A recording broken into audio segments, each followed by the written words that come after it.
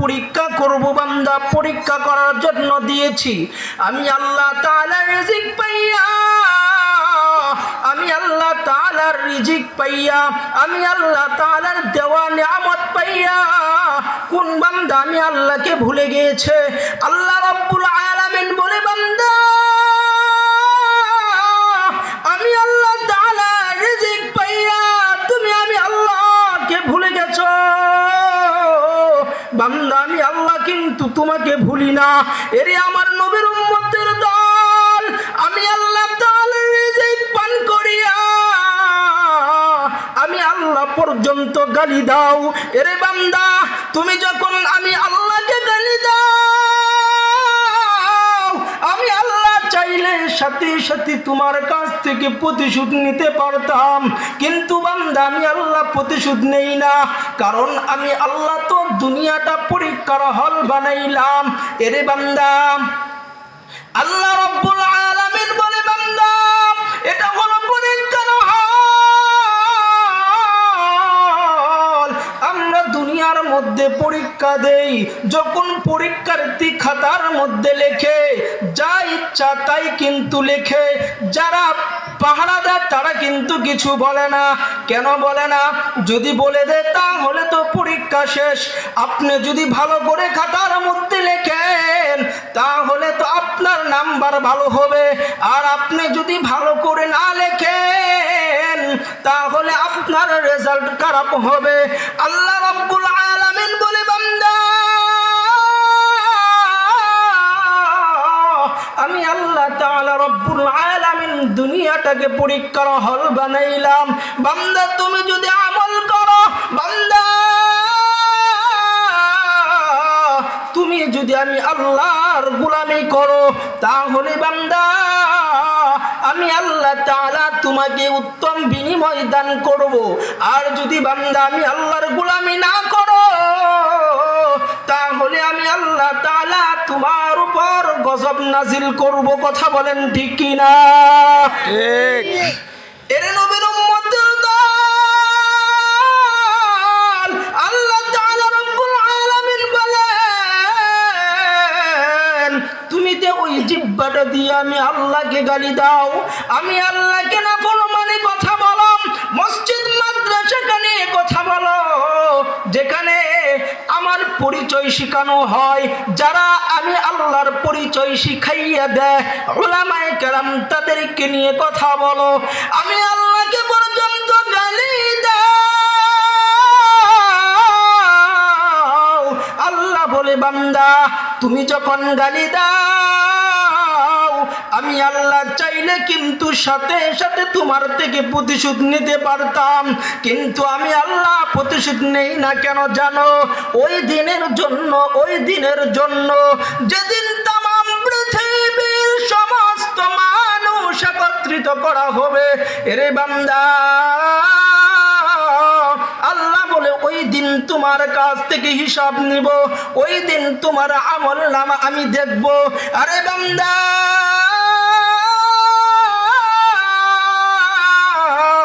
আমার নবী কি বলে জানেননি? আমার নবী বলে, উম্মত তোমরা মনে করতেছো তোমরা দুনিয়ার মধ্যে যা কিছু করতেছো এগুলো আমি নবী দেখব না। আমার নবী বলে, তোমরা যখন সিরিয়ালে দাঁড়াইয়া যাবা, আমি আমার উম্মতদেরকে রেখে বলবো, এরে আমার উম্মত, যে উম্মতের জন্য আমি রক্ত জড়িয়েছি, যে উম্মতের জন্য আমি কাফের বেঈমানের হাতে মার খেয়েছি, এরে উম্মত তোমার আমল নামাটা দেখাও। এরে নবীর উম্মতের দল, আমার নবী যখন আপনার আমল নামাগুলো দেখবে, আর আমল নামাগুলো দেখে নবী বলবে, এরে উম্মত,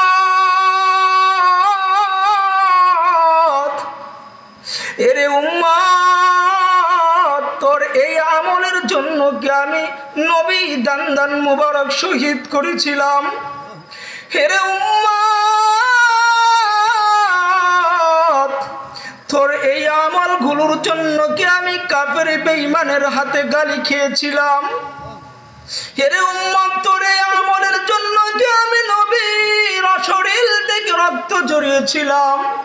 এরে নবীর উম্মতের দল, ওই দিন এমন একটা সময় হবে, ওই দিন যত ক্ষমতাওয়ালা, যত শক্তিওয়ালা মানুষ আমার সাথে সম্পর্ক থাকুক না কেন, ওই কাল কিয়ামতের ময়দানে কারো অনুমতি নাই, কারো অনুমতি নাই।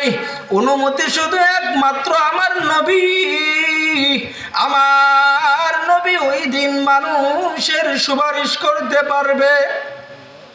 এর নবীর উম্মতের দল, ওই দিন যদি আমার নবী আমাদেরকে প্রশ্ন করে, উম্মত তুমি আমার জন্য কি করেছ, তখন আমরা কি জবাব দিব? কোনো জবাব আছে? আওয়াজ দিতে হবে, আছে? এজন্যই আমরা আল্লাহ তাআলার গোলামি করব কি করব না? আওয়াজ কোথায়? করব কি করব না? এজন্যই আমার আল্লাহ তাআলা রব্বুল আলামিন বলেন, আফা হাসিবতুম আন্নামা খলাকনাকুম আবাসা। আল্লাহ রব্বুল আলামিন বলে, তোমরা কি মনে করতেছো তোমাদেরকে কি আমার সামনে হাজির হতে হবে না? এমন মানুষও দুনিয়ার মধ্যে আছে, তারা মনে করে তারা আর মরবে না। আছে না নাই? আছে। আর একটু আওয়াজ দিতে হবে, আছে না নাই?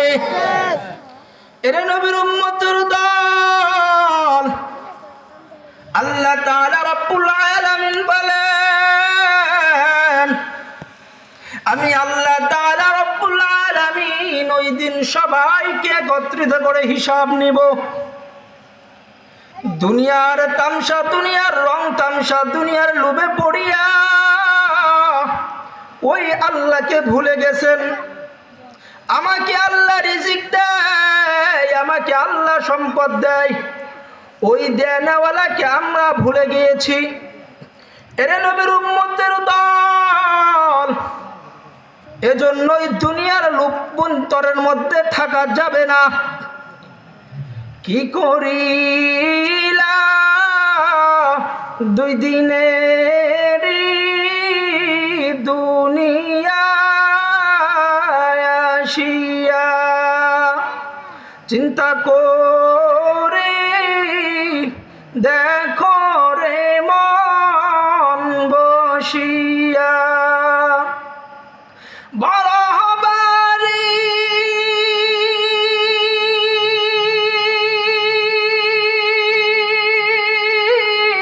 বড় ঘর বান্দিয়া, 3.5 হাত জায়গা রবে পড়িয়া। ঠিক না? এরে বান্দা, আমি বড় ঘর বাঁধলাম, বিশাল বড় কোটি কোটি টাকা খরচ করে একটা ঘর বানলাম।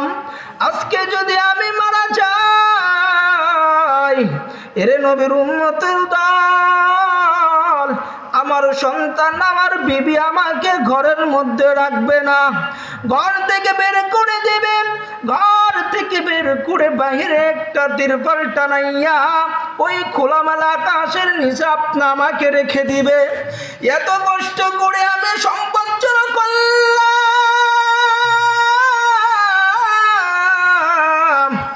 এত কষ্ট করে আমি এত বিশাল আকারে একটা বাড়ি তৈরি করলাম। এরে নবীর উম্মতের দল, আজকে যদি আমি মারা যাই, ওই বাড়ির ভিতরে আমাকে ঢুকাবে? কথা বলেন, ঢুকাবে না। সারাটা জীবন আপনি নষ্ট করেছেন, সারাটা জীবন আপনি ব্যয় করেছেন, আপনি সঞ্চয়, আপনি জীবন যাপন, আপনি সম্পদ উপার্জন করার জন্য 60 বছর 70 বছর হায়াত আল্লাহ তাআলা আপনাকে আমাকে দিয়েছে। আল্লাহ তাআলা রব্বুল আলামিন, আল্লাহ তাআলা রব্বুল আলামিন আপনাকে আমাকে 60-70 বছর হায়াত দান করেছেন। কেন দান করেছেন? দুনিয়ার পিছনে ঘুরে ঘুরে আল্লাহ তাআলা কি বলেছে, বান্দা দুনিয়ার পিছনে ঘুরে, এরে বান্দা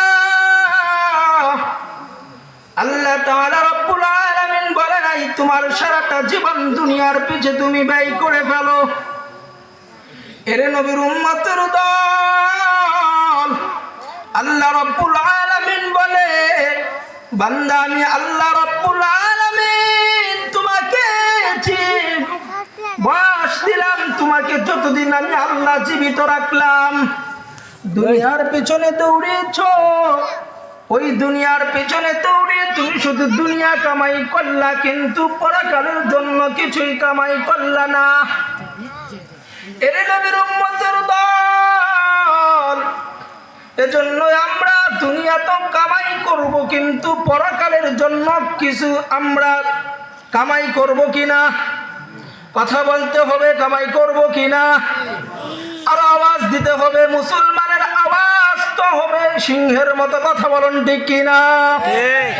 মুসলমানের আওয়াজ এমন হওয়া দরকার যে মুসলমানের আওয়াজে, মুসলমানের আল্লাহু আকবরের ধ্বনিতে যেন কাফের বেঈমানদের অন্তরের মধ্যে কম্পন সৃষ্টি হয়ে যায়। কথা বলুন ঠিক কিনা?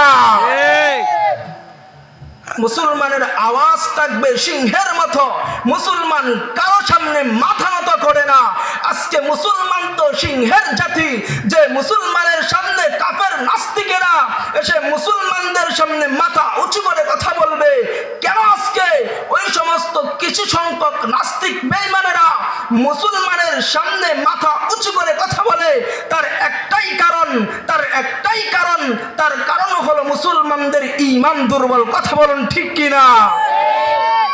অতএব মুসলমানকে এমন ভাবে দেখতে হবে যে কোন নাস্তিক বেঈমান মুসলমানের সামনে মাথা উঁচু করে কথা বলতে পারবে না। মুসলমানের বাচ্চারা কাফের বেঈমানের সামনে মাথা উঁচু করে কথা বলবে। কথা বলুন ঠিক কিনা? নবীর উম্মতের দল, এজন্যই আমাদের ঈমানকে মজবুত করতে হবে। আমাদের ঈমান যদি দুর্বল হয়, আজকে একটু চিন্তা করে দেখুন তো দেখি, বাংলাদেশের মধ্যে 92% মুসলমান, ওই 92% মুসলমান থাকার পরেও আজকে মুসলমানেরা নির্যাতিত। কথা বলেন ঠিক কিনা? কেন মুসলমান এত বেশি মুসলমান থাকার কারণেও কেন আজকে মুসলমানরা নির্যাতিত? তার কারণ হলো একটাই, মুসলমানদের ঈমান দুর্বল। কথা বলেন ঠিক কিনা?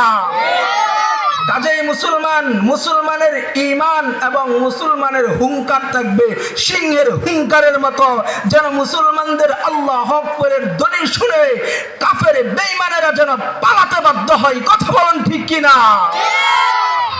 কাজেই মুসলমান, আমাদেরকে নরম হয়ে থাকা আর যাবে না, আমাদেরকে এখন শক্ত হয়ে থাকতে হবে। আমরা বেশি মুসলমান থাকার কারণেও আজকে কাফের বেঈমানেরা আমাদেরকে নিয়ে তামসা করছে কি করছে না? কথা বলুন। কাজেই মুসলমান, আমাদের ঈমানকে মজবুত করতে হবে। মজবুত করতে রাজি আছি তো ইনশাআল্লাহ? যে কথাটা বলতেছিলাম, বান্দা, আল্লাহ তাআলা রব্বুল আলামিন বলেন, এরে বান্দা তুমি যে আমলটা করবা, বান্দা আমলটা ধৈর্যের সাথে করবা। আমরা নামাজের মধ্যে দাঁড়িয়ে যাই, নামাজের মধ্যে দাঁড়িয়ে তাড়াহুড়া করি, এমন ব্যস্ত, এমন নামাজ আমরা পড়ি কি পড়ি না? অথচ আল্লাহ তাআলা রব্বুল আলামিন মাঝে মধ্যে বান্দাকে ধৈর্যের পরীক্ষা করে। ধৈর্যের পরীক্ষা। এরে বান্দা, ধৈর্য এত বড় দামি একটা সম্পদ। এরে নবীর উম্মতের দল, আল্লাহ তাআলা রব্বুল আলামিন বলেন, আল্লাযীনা ইযা আসাবাতহুম মুসিবাতুন ক্বালু, আল্লাহ তাআলা রব্বুল আলামিন বলে, বান্দা ধৈর্য ধারণ করো। আমি আল্লাহ তাআলা রব্বুল আলামিন মাঝে মধ্যে বান্দাকে ধৈর্যের মাধ্যমে পরীক্ষা করব। এখানে একটা বুঝার বিষয় আছে, ভালো করে বুঝবেন। আল্লাহ তাআলা বলে, বান্দাকে আমি ধৈর্যের পরীক্ষা করব। বান্দা যদি ধৈর্যের মধ্যে পাস করতে পারে, আমি আল্লাহ তাআলা বান্দাকে উত্তম বিনিময় দান করব। এবার আসুন, আমাদেরকে আল্লাহ তাআলা আপদ বিপদ দেয়, বালা মুসিবত দেয়, একবার দেয়, দুইবার দেয়, তিনবার দেয়, চারবারের মাথায় আমরা বলি আল্লাহকে শুধু আমাকেই দেখে, এমন কথা বলে কি বলে না? আওয়াজ দিতে হবে, বলে কি বলে না? এ নবীর উম্মতের দল, আল্লাহ তাআলা বলে আমি যে বান্দাকে পছন্দ করি ওই বান্দাকে বারবার আপদ বিপদ বালা মুসিবত দেই। বান্দা যদি আপদ বিপদ বালা মুসিবত যদি অপেক্ষা করে বান্দা দুনিয়ার ওই মুসিবতের মধ্যে যদি পাশ করতে পারে, আমি আল্লাহ তাআলা রব্বুল আলামিন ওই বান্দাকে উত্তম বিনিময় দান করব। এই জন্য নবীর উম্মতের দল, ধৈর্য কত বড় দামি সম্পদ, কত বড় দামি সম্পদ। আপনারা কি শুনতে রাজি? ছোট্ট একটা ঘটনার মাধ্যমে শুনতে রাজি? একটু হানা বলতে হবে, শুনতে রাজি? আরো আওয়াজ দিতে হবে, শুনতে রাজি? আমি কিন্তু আবার মুরব্বীদেরকে একটু কষ্ট দিই, আমার অভ্যাসটাই খারাপ, কারণ একটু আওয়াজ বেশি দিতে বলি বারবার, কারণ আমি তো একটু যুবক মানুষ, আওয়াজ আমার কানে না আসলে আর হা হু না কইলে আমি তো মানে আমার কাছে ভালো লাগে না, যে আমার কথা মনে হয় আপনারা বুঝতেছেন না। এজন্য যদি একটু হা হু বলেন মনে করবো না আপনারা ঠিক আছেন, কারণ আপনারা যদি ঠিক থাকেন তাহলে আমিও ঠিক থাকবো, আর আপনারা যদি নরম হয়ে যান তাহলে তো আমি এমনি নরম হয়ে যাব। এজন্য আপনারা একটু আওয়াজ দিবেন তো ইনশাল্লাহ? একটা তাকবীর দেন তো দেখি, নারে তাকবীর। আওয়াজ দেবো, নারে তাকবীর। যারা ঘুমাইছিল তারাও সজাগ হয়ে গেছে। যাই হোক, যে কথাটা বলতেছিলাম, একবার এক স্বামী আর স্ত্রী বসে বসে গল্প করতেছে। ভালো করে শুনবেন, এখান থেকে আপনারা কি শিক্ষা করতে পারছেন আমি জিজ্ঞাসা করব। যে ধৈর্য কত বড় দামি একটা সম্পদ আপনারা বুঝতে পারবেন। স্বামী আর স্ত্রী বসে বসে গল্প করতেছে, তো হঠাৎ করে স্ত্রী স্বামীকে বলল, ও স্বামী আমার, তুমি আমাকে কেমন ভালোবাসো? স্বামী ডাক দেখো, স্ত্রী আমার, এক কথাই জানিয়ে দিলাম, তুমি আমার, আমি তোমার। তো স্ত্রী বলে, স্বামী আমার, আমি তোমার কাছে একটা জিনিস চাইবো, তুমি কি দিবা? বলে, দিব না মানে? তুমি চাইতে দেরি কিন্তু দিতে দেরি হবে না। স্ত্রী ডাক দেখো, স্বামী আমার, সত্যি করে বলো, সত্যি তুমি দিবা তো? বলে, হ্যাঁ অবশ্যই, তোমার জন্যই তো সব কিছু, তুমি যা কিছু দেখতেছো সব তোমার জন্য, তুমি যা চাইবা তাই পাবা, চাওয়ার সাথে সাথে পাইবা। এবার স্ত্রী ডাক দেয়া কয়, ও স্বামী আমার, আমাকে তালাক দাও। দেবেন তো আপনারা? দিয়ে দিবেন? স্ত্রী তো স্বামীর কাছে এত মহাব্বতের মধ্যে যদি বলে, স্বামী আমার তালাক দাও, দিবেন তো নাকি? কথা বলেন নাকি? দিবেন না। তো এত মহাব্বতের মধ্যে তালাক চাইছে, এটা কি কখনো সম্ভব? স্বামী ডাক দেয়া কই, ও স্ত্রী আমার, এটা কখনো সম্ভব না। স্ত্রী ডাক দেয়া কয়, ও স্বামী আমার, তুমি তো ওয়াদা করেছ আমি যা চামো তাই দিবা, কিন্তু তালাক চাইলাম, তালাক দেও না কেন? তুমি ওয়াদা করেছ না, তা ওয়াদা খেলাফ করে তো কবিরা গুনাহ না, তোমাকে তালাক দিতেই হবে। তুমি ওয়াদা করেছ, যদি ওয়াদা ভঙ্গ করো তাহলে কবিরা গুনাহ হবে তোমার। কি সম্ভব? তালাক দেওয়া কি সম্ভব? কথা বলেন নাকি? সম্ভব না। এবার স্ত্রী ডাকতে কই, ও স্বামী আমার, আমি তোমার কাছে তালাক চাইলাম, তোমাকে তালাক দিতেই হবে।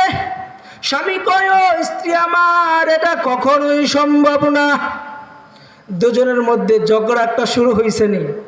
কথা বলেন, শুরু হয়েছে নি?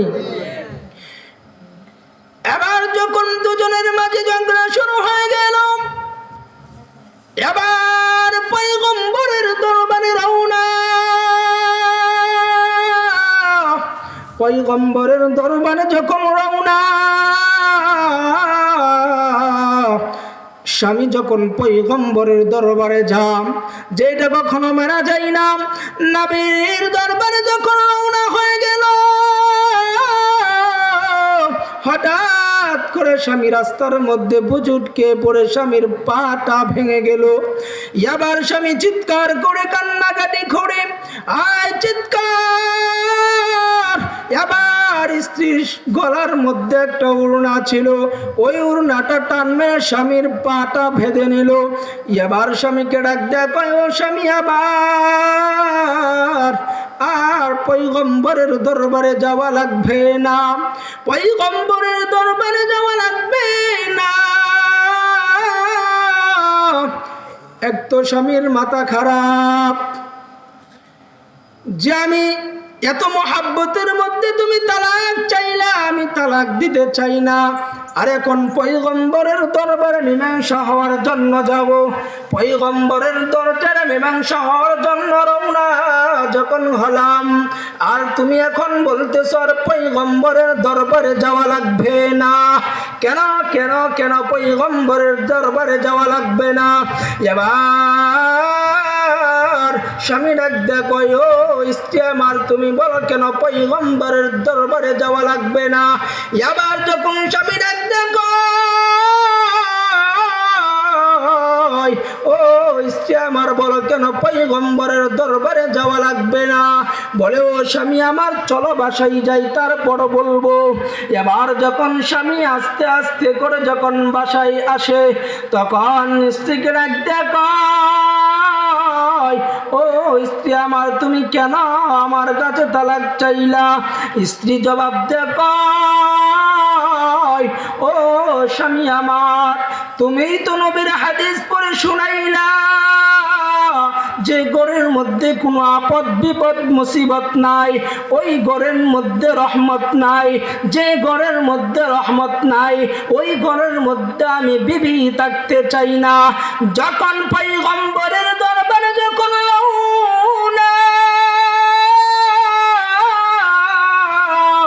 পয়গম্বরের দরবারে যখন রওনা হয়ে গেলাম, তখন যখন তোমার পাটা ভেঙে গেল, আমি বুঝতে পারলাম আল্লাহর পক্ষ থেকে তোমার উপর মুসিবত এসেছে।